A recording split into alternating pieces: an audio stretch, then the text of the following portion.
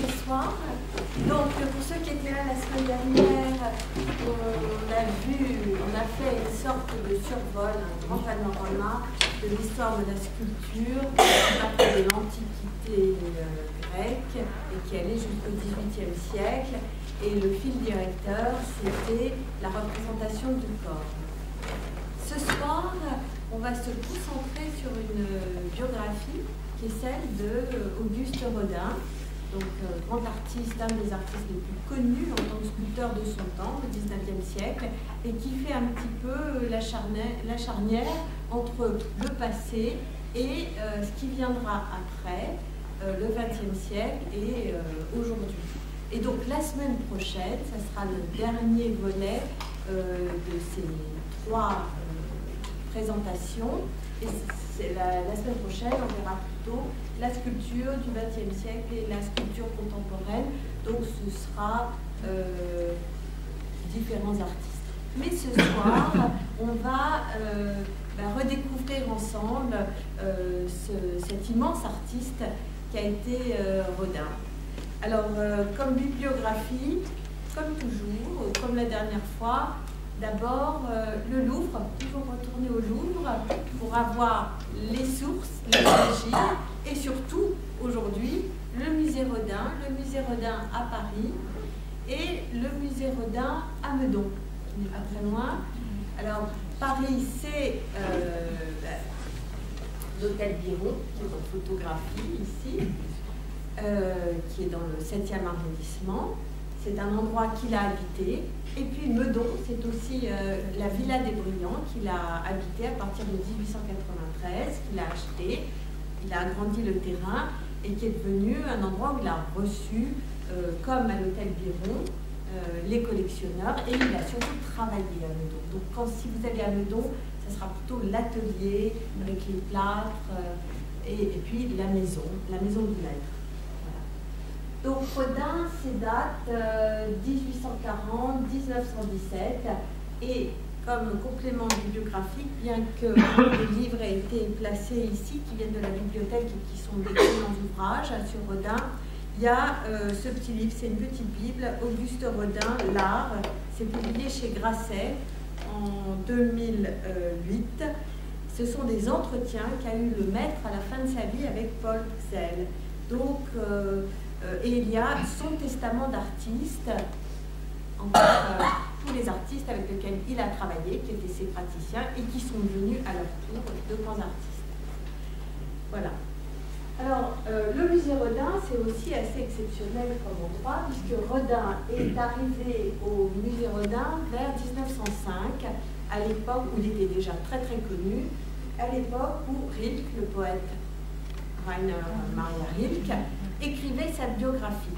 Rodin a demandé à un poète, en réalité pas un historien, d'écrire sa biographie.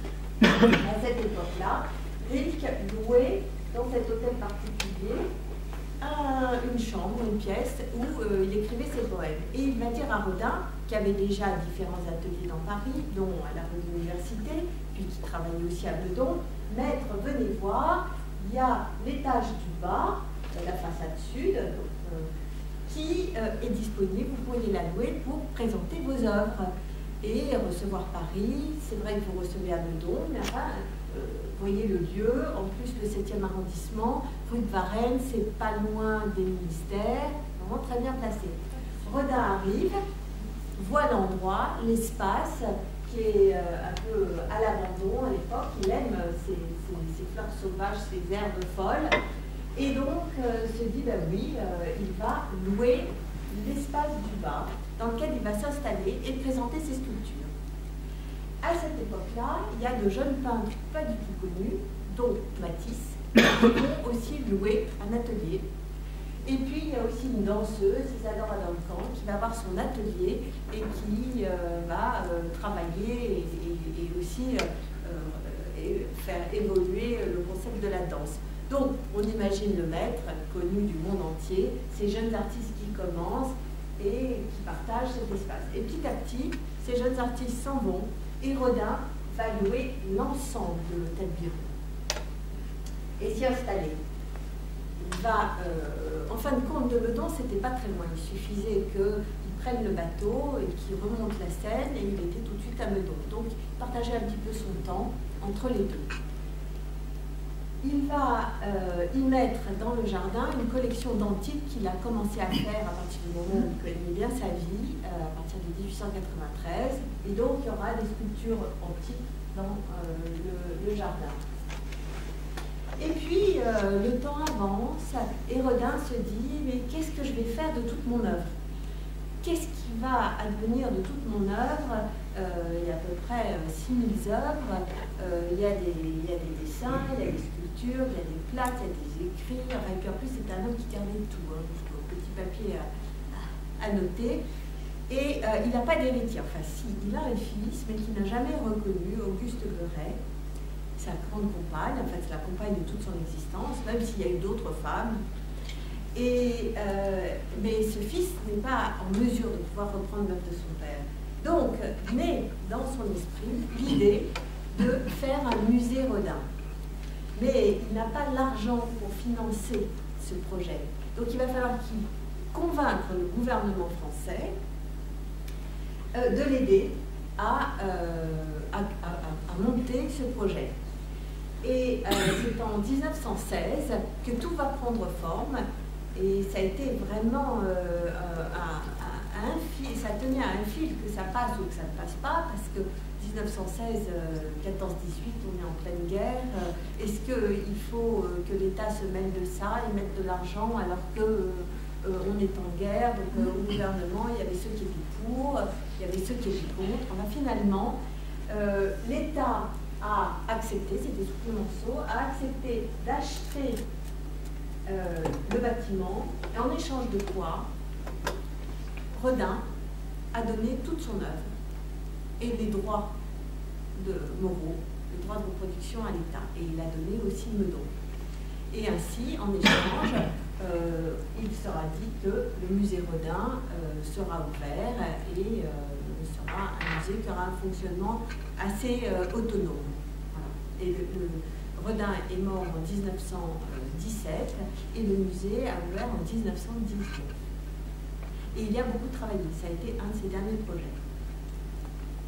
Alors aujourd'hui, il a beaucoup de visiteurs, il fonctionne, c'est un petit musée mais qui fonctionne comme un grand musée. Il y a une grande aura dans le monde. Le deuxième musée Rodin dans le monde est à Philadelphie, qui a été créé très peu de temps après l'ouverture du musée Rodin à Paris, à Philadelphie.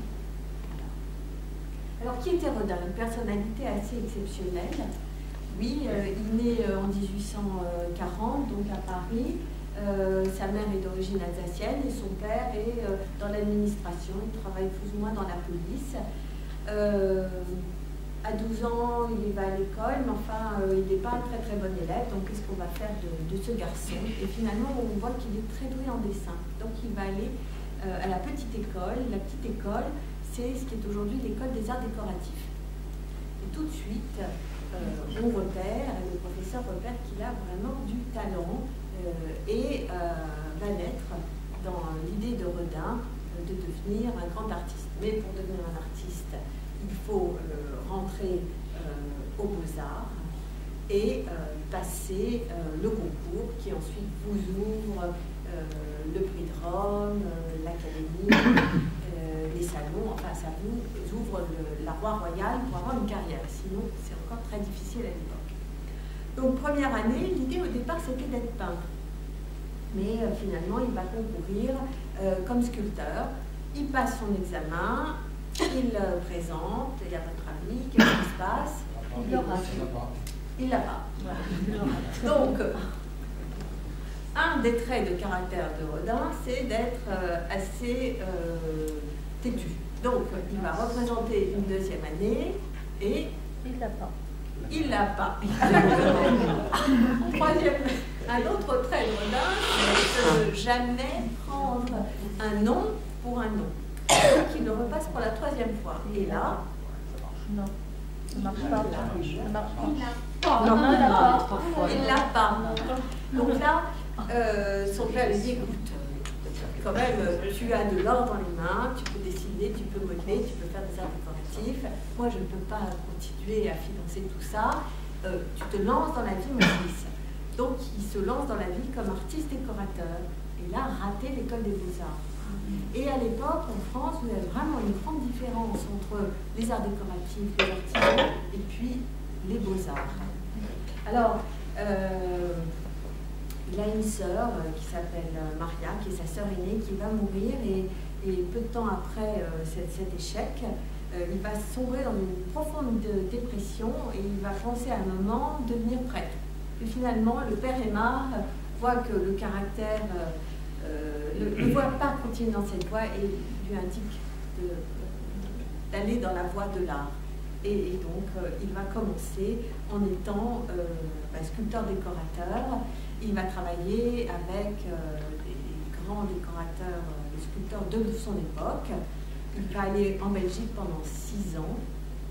Et à la fois, c'est ça qui est assez incroyable, c'est qu'il va mener une carrière d'entrepreneur. Il va travailler aux sculptures de l'hôtel de ville, de Bruxelles, etc.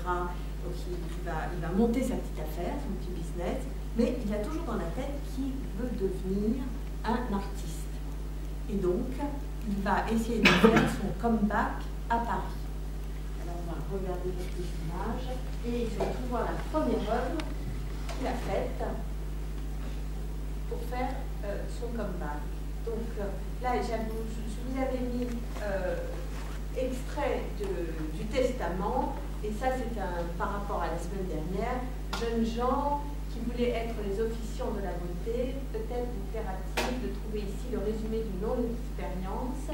Aimez dévotement les maîtres qui vous précèdent, inclinez-vous devant Phidias et devant Michel-Ange, admirez la divine sérénité de l'un, la farouche angoisse de l'autre. Donc c'est quelqu'un qui a vraiment beaucoup regardé les maîtres. Donc une des premières œuvres qu'il va faire, qui n'est pas de l'art décoratif, mais qui est de l'art classique, c'est l'œuvre des classiques. Qui n'apparaît pas, je suis désolée, mais c'est pas grave, c'est la petite.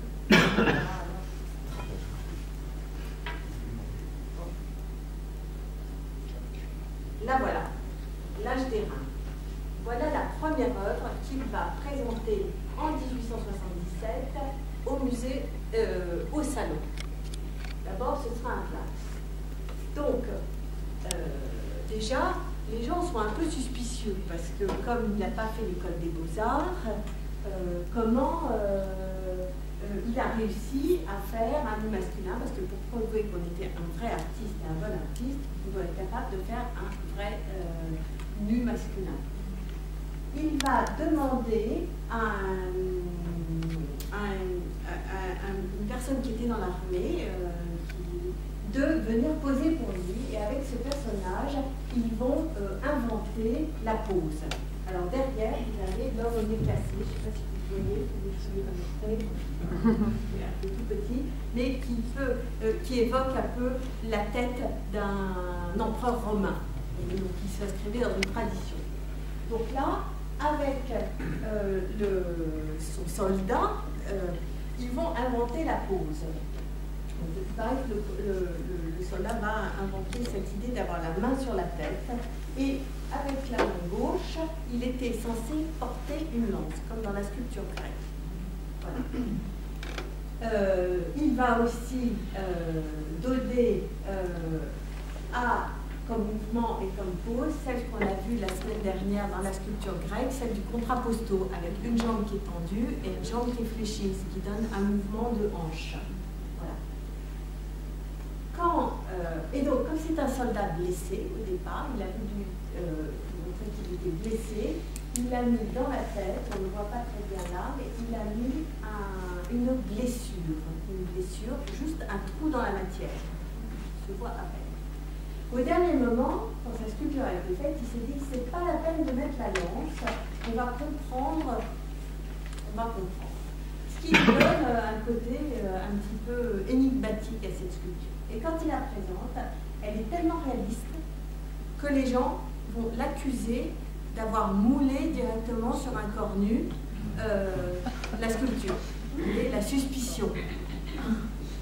Donc, il a dû vraiment, pendant un an, se défendre et à l'aide de photos et de témoignages, prouver qu'il avait été capable de le faire de ses mains.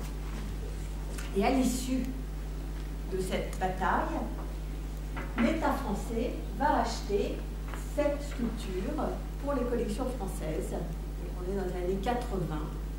Et donc à partir du moment où on est acheté par l'État français, si vous voulez, on a un pied dans l'engrenage, on rentre dans la carrière. Il a 40 ans. Il a fallu qu'il attende tout ce moment-là. Et donc, faisant suite à cet achat de l'État, on a noté en France, et depuis la Révolution française, qu'il n'y avait pas de musée des arts décoratifs. Et donc, on va construire un musée des arts décoratifs. Et c'est à Redun, puisqu'on a acheté sa sculpture, auquel on va lui demander de faire la porte d'entrée d'un futur musée des arts décoratifs. Et c'est ce qui deviendra plus tard la porte de l'enfer. J'espère que je ne vais pas avoir de mauvaises surprises. Alors voilà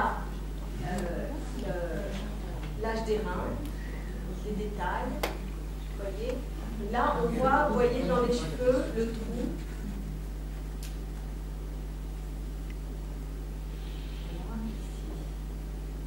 Alors je vous ai remis Michel-Ange, car Michel-Ange, après avoir fait l'âge des reins, il est parti en Italie, et en Italie, Redun a découvert Michel-Ange, et ça a été une influence immense pour lui, en particulier le corps assez monumental, la déformation des mains, l'expression extrêmement forcée. Ça va marquer Redun jusqu'à la fin de sa vie. Et après avoir vu donc Michel-Ange, il va faire le Saint-Jean-Baptiste. Le Saint-Jean-Baptiste en 1878. Donc, si on le compare à l'âge des reins, la première œuvre, quelle différence voyez-vous? Les jambes. Oui, les jambes. C'est ça. Le bras. Exactement, voilà. C'est ça, ce bras, ce geste de Saint Jean-Baptiste montre le Christ. Les jambes qui sont écartées, qui donnent l'illusion de la marche et du mouvement. Et puis un torse qui va être beaucoup plus musclé, comparé à l'autre. Et puis le visage.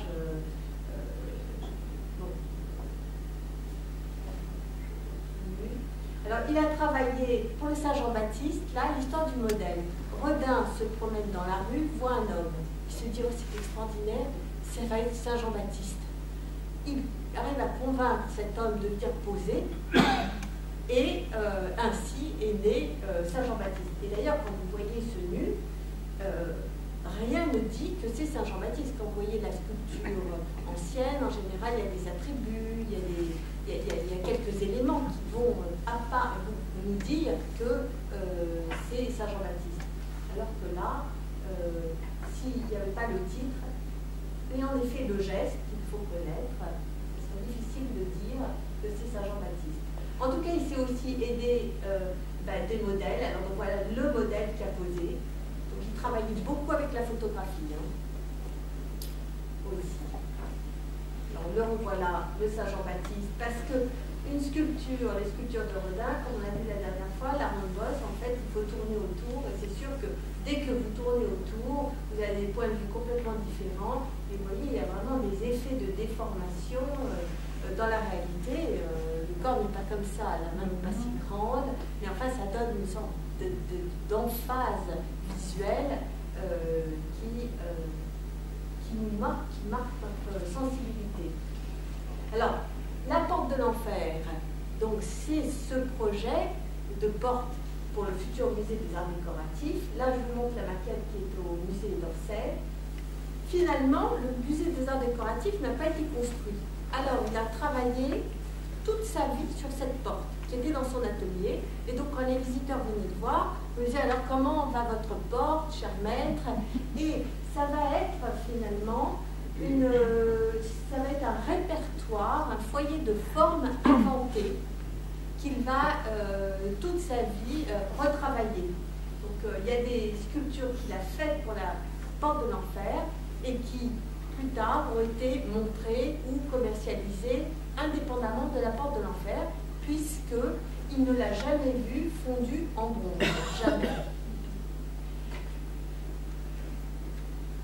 Elle a été fondue après sa mort. Donc, on retrouve dans la porte de l'enfer le penseur. Alors, le penseur, c'est le portrait de Dante, puisque Rodin a choisi d'illustrer, de prendre la Divine Comédie, et dans la Divine Comédie, ne pas illustrer le paradis, mais plutôt illustrer l'enfer. Et alors, il commence par cette figure du penseur, qui est tout à fait célèbre. Alors, après, on a associé le penseur à Rodin, mais en réalité, c'est Dante avec son petit chapeau. Et puis, vous avez des motifs très importants, comme l'Ugolin, qui va manger ses enfants, qui est un thème qui était très à la mode à l'époque. Et surtout, il avait pensé qu'il mettrait le baiser dans la porte. Et puis, au dernier moment, il l'a retiré. Enfin, un ensemble étonnant de pratiquement 210 figures cohabitent dans cette porte qui ne s'ouvre pas. C'est un motif de porte, avec des motifs qui sont en bas-relief, c'est-à-dire vous voyez qui sortent à peine du support, des motifs qui sont en haut-relief, comme ceci, quand vous avez l'impression que, comme celui-là, qui sont attachés au support de bronze, mais sortent véritablement nettement, et des rondes bosses, c'est-à-dire qu'ils ont été placés après que la porte ait été fondue, comme le penseur, ou bien tout au-dessus, les trois autres. Voilà le maître devant une photo de Kézavir qui est devant sa porte dans l'atelier. Et la voilà en place, in situ, au musée Rodin. Elle fait 7 tonnes.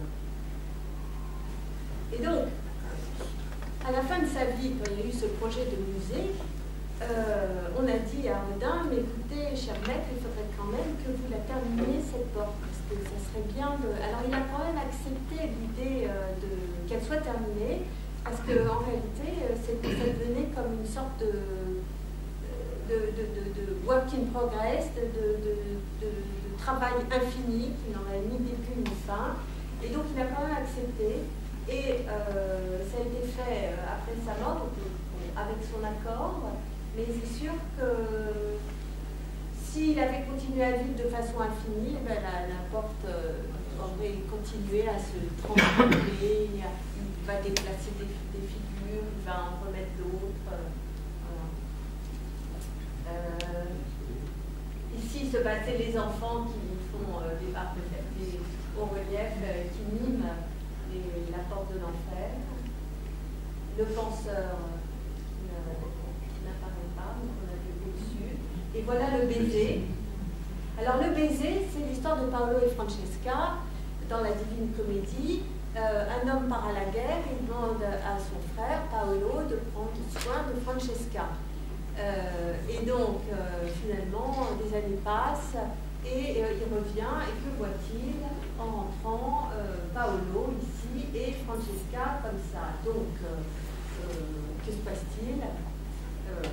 De rage, il va faire assassiner son frère et sa femme. Mais Rodin, il en fait, dans le cadre de la porte de l'enfer, ce motif qu'il trouvait si tendre et si amoureux. Il s'est repris en disant non, ça ne va pas rester dans la porte de l'enfer, je vais le montrer tout seul. Et il a montré cette sculpture séparée de la porte de l'enfer, et c'est le public qui, quand il l'a vue, lui a donné son nom, qui est le baiser. Et ensuite, l'État français l'a commandé pour les collections, donc après l'âge des reins, en marbre, dans une pièce de marbre immense qui fait 4 tonnes.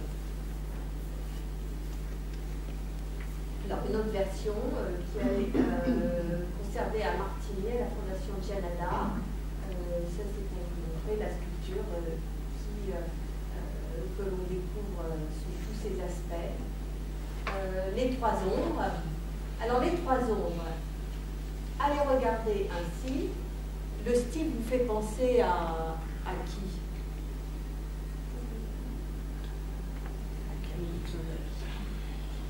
Plutôt à Michel-Ange, quand même, ces personnages. Et ce qui se passe, c'est que ce que Rodin a fait, c'est qu'il a assemblé 3 fois la même sculpture, mais en les orientant différemment dans l'espace. Par ce phénomène de répétition, il crée un motif entier, mais c'est la même forme répétée 3 fois. Et ça s'appelle du marcotage, et Rodin a beaucoup travaillé comme ça, par assemblage. Au départ, Rodin, c'est surtout un modeleur. Donc, il va modeler sa figure en cire ou en terre. Ensuite, cette figure qui a été modelée, on va prendre l'empreinte avec du plâtre. Le moule en plâtre va permettre de faire de multiples épreuves en plâtre, voire, si on va chez le fondeur, faire de multiples épreuves en bronze. Mais Rodin a beaucoup retravaillé ses sculptures à partir d'épreuves en plâtre. Et d'ailleurs, il faisait mouler en plâtre différentes parties du corps, qu'il appellera ses abattis, que je vous montrerai un peu plus loin. Et à un certain moment, il n'a pas fait que modeler, mais il a assemblé des morceaux de jambes, de pieds, de tête, de corps, pour créer une figure. Donc, il est passé du modelage à l'art de l'assemblage, qui a modifié bien sûr son style. Alors, on a vu et on a dans l'esprit l'âge des reins. L'âge des reins, ça veut dire l'âge de bronze.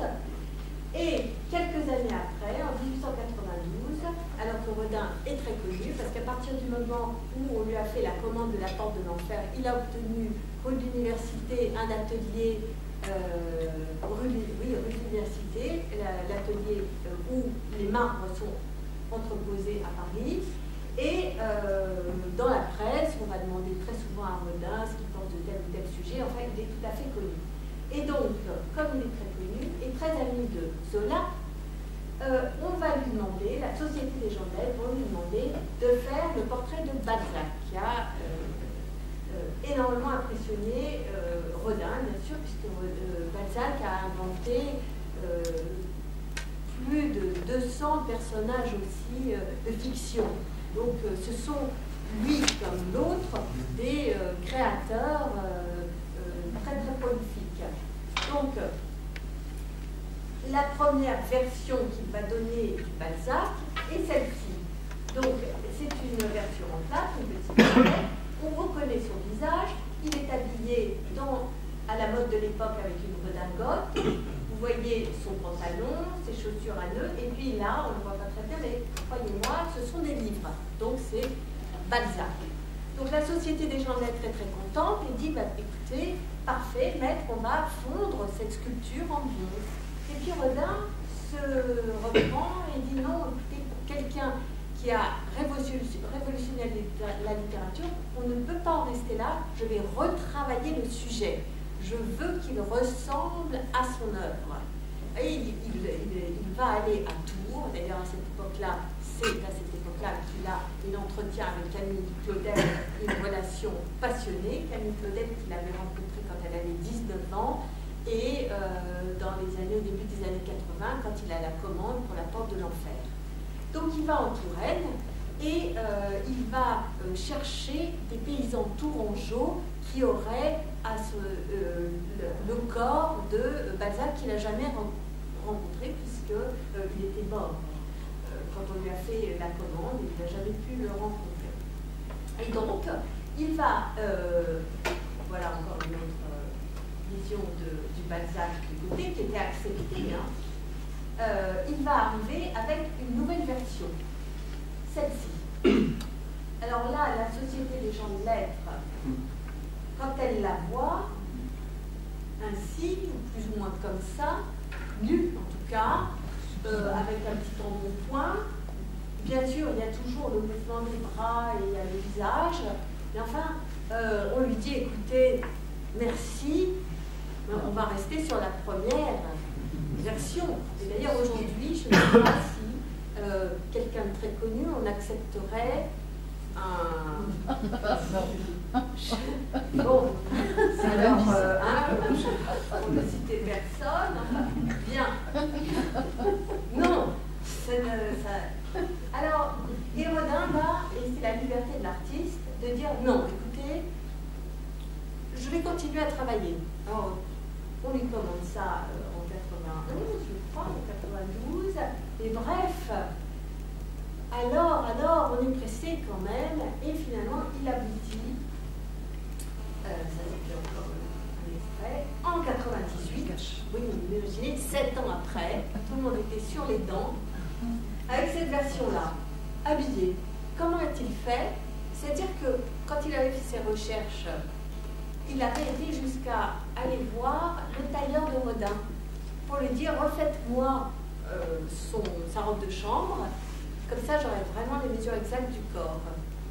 Et il va finalement opter pour le corps nu qui va être habillé de cette robe de chambre, puisque c'est ainsi qu'il recevait les gens chez lui. D'ailleurs, ce n'était pas un grand coquet, Balzac. La seule chose qu'il avait, c'était une canne avec un pommeau, avec des pierres précieuses. Enfin, le reste, c'était pas important pour lui. Et donc, vous voyez là, l'évolution de style quand même entre la première version où vous aviez une redingote, et puis là, un visage qui est extrêmement torturé. Vous voyez, là, c'est beaucoup moins décrit. C'est presque une masse de bronze complètement abstraite. Et donc, la Société des gens de lettres, voyant l'œuvre, il a fait 22 études de tête, enfin, vraiment, il s'est obsédé là-dessus. Et vous voyez la différence aussi de style entre l'âge des reins et cette vision du grand homme. La Société des gens de lettres refuse. Pourquoi? La raison, elle est trop moche. Et donc, il va carrément. Et donc, Rodin en est pour ses frais et il va ramener son Balzac chez lui. Mais c'est Alexandre Falguière qui, en un an, va faire une représentation beaucoup plus en accord avec l'homme, bien sûr. Et voilà l'histoire du Balzac. Mais Rodin, à chaque fois qu'il pouvait la présenter dans ses expositions, ne loupait pas l'occasion. Et en particulier, en 1900, quand il expose ses œuvres, il y a d'un côté le baiser qui a été commandé en marbre par l'État, alors là tout le monde est d'accord, mais il fait bien exprès de mettre la maquette du Balzac, pas très loin, pour essayer de faire passer ce sentiment d'échec et d'incompréhension à laquelle il a été embu. Donc le président de la République viendra le saluer devant le baiser de Rodin. Par contre, devant le Balzac, tournera sciemment et volontairement la tête. Mais donc, la première version, elle est petite. La maquette, oui, parce que en 92. C'est le premier que je peux faire avec les livres. Oui, avec les livres. Elle est plus petite. Elle est plus petite. Mais ça n'a jamais existé plus grand. Non, parce qu'avec les... Apparemment pas, puisque ça a été refusé. Mais de toute façon, vous savez que dans la technique de la sculpture, quand elle est dans un format, il est possible, grâce à une technique de report, de mise au point, d'agrandir la sculpture grâce à un instrument qui s'appelle le bantographe. Et ensuite, ce sont les praticiens qui prennent en charge toutes les techniques de reproduction. Donc, il y a de toute façon beaucoup d'études. Et si vous vous intéressez beaucoup au Balzac, au musée de Meudon, vous avez différentes visions du Balzac, où il est debout, nu, ouvert, avec la robe de chambre ouverte. Enfin, il a vraiment travaillé le sujet. En marche, en action. Voilà. Alors, là, on va monter au deuxième étage du musée, à Paris, et on va voir une maquette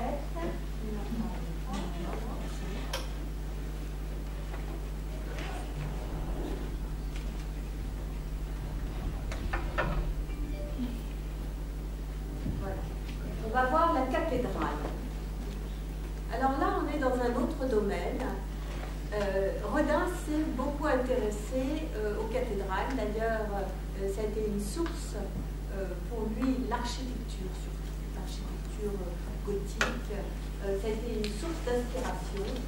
Et il a donc fait cette œuvre qui est en pierre. Et comme les trois ombres, si vous essayez de refaire le geste vous-même des deux mains, vous vous rendrez compte d'une chose. C'est impossible, on a les deux pouces. En fait, c'est la même main qui est reportée. Voilà. Deux mains, sans pas c'est la même main collée. Il a deux mains gauches. Il a mis la même main. Donc ça, c'est cette technique de marcotage, comme il a fait pour les trois ombres, la même main répétée deux fois et qui va former un motif. Et le titre est proprement symboliste parce que la cathédrale, bien sûr, c'est pas une cathédrale, mais la forme évoque l'idée de la cathédrale gothique. Voilà. Donc, les abbaties, quand je vous ai parlé de moulage de forme, il y avait des praticiens. À Meudon, c'était vraiment une petite entreprise. À la fin de sa vie, il y avait à peu près 50 personnes qui travaillaient pour lui.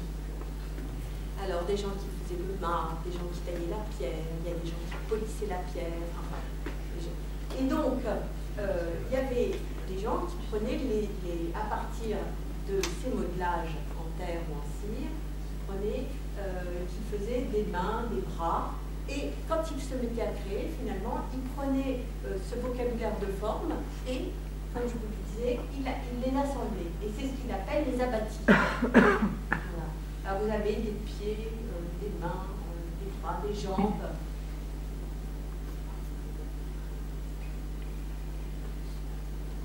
Alors, on continue à avancer dans le temps, et vous vous souvenez du Saint Jean-Baptiste qu'on a vu.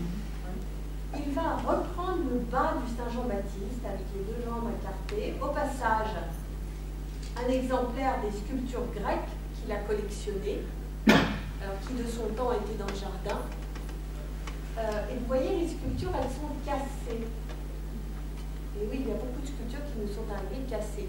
Et Rodin a une formation d'artiste, d'artisan, sculpteur, décorateur.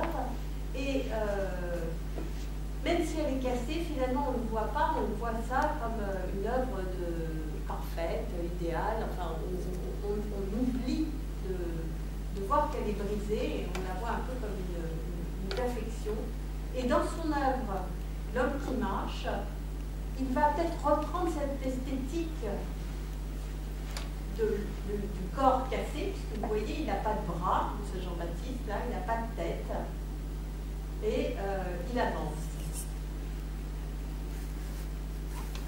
Et Rodin dira, mais ce qui est important, c'est pas le Saint Jean-Baptiste, mais c'est la vision de l'homme en mouvement. Essayer d'arriver à capturer l'idée du mouvement. Et donc, elle se va être donnée par les jambes écartées et aussi par les muscles qui sont très tendus.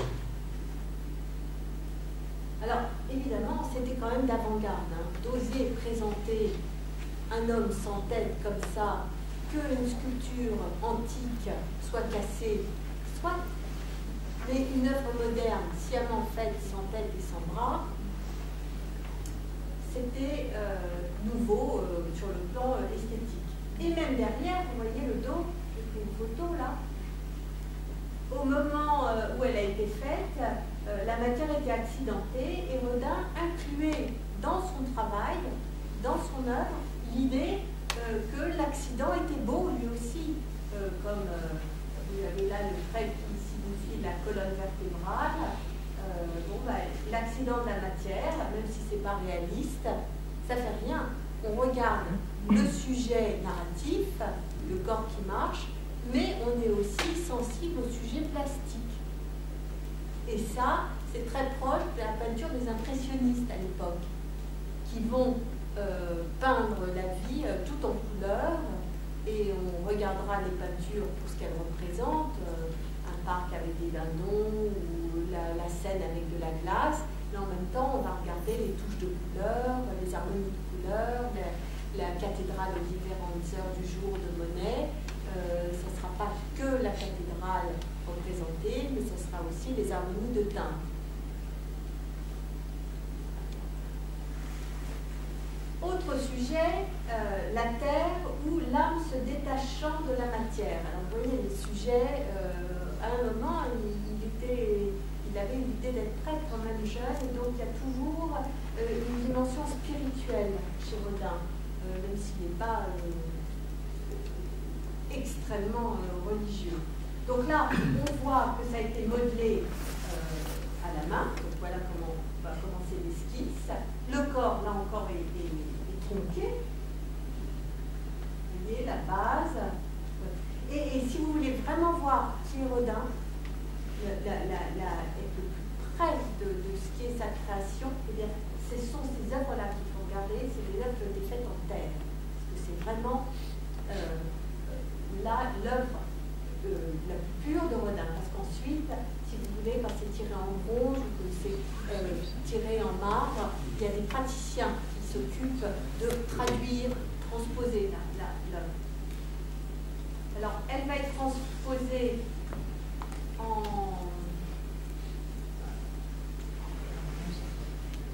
en bronze, là, vous voyez, transposée. Et l'accident qu'il y avait ici, à la jambe, eh bien, va être conservé là aussi, quand ça va être tiré en bronze. Alors derrière, bon là il y a la cathédrale, et ici il y a la fameuse femme accroupie, et un torse tiré en bronze.